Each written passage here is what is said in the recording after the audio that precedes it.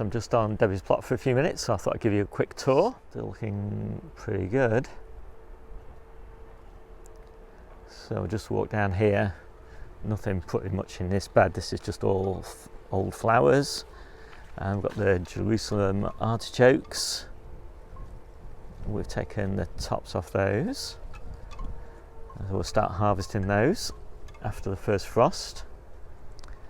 Apples, really nice apples still, especially these Jonah Golds. Succession of field beans. First succession is just a few that we've got in the polytunnel in a container, and then this batch which were sown sort of back in October, and then another batch sown in November, and then another one in February.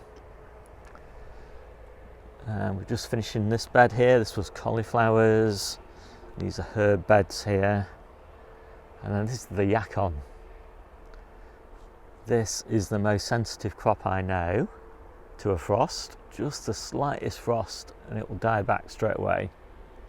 It's a huge plant at the moment, well, two huge plants at the moment, and we're hoping for another bumper harvest. You know, it's probably 40 pounds of yacon tubers out of that tiny space. And that was the rhubarb. That's all cleared now and well mulched with horse manure. And speaking of horse manure, this bed was the squash and sweet corn bed, and of course all that's gone now, and we just popped in field beans in the centre of the bed. That's what all those little green flecks are, just little field bean shoots just breaking through the surface there.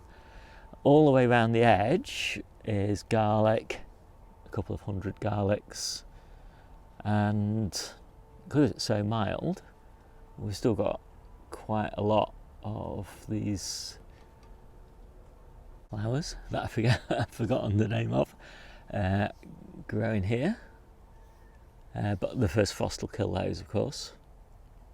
And so anyway, the way we planted this bed is we cleared it, weeded it, and then put the field beans in, and then mulched on top of the field beans with well rotted horse manure.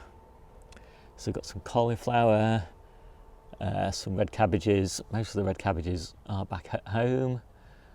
Just some onions and some celery and bits and pieces. These are the salad onions that we're eating right now. The new asparagus bed that Debbie put in last year. And then this was red cabbages and kale.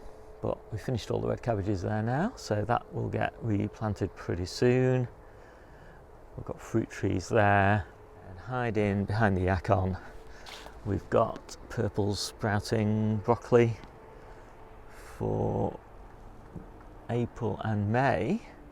Back on my plot we've got purple sprouting broccoli for January, February, March, April and May, 3 different varieties there. This time of year the vast amount of what we eat comes from my plot, and that's because we've got a lot of ugly plastic on my plot. Like this quick video. My name's Steve, this is the Seaside Kitchen Garden and Allotment channel, and I'll see you soon.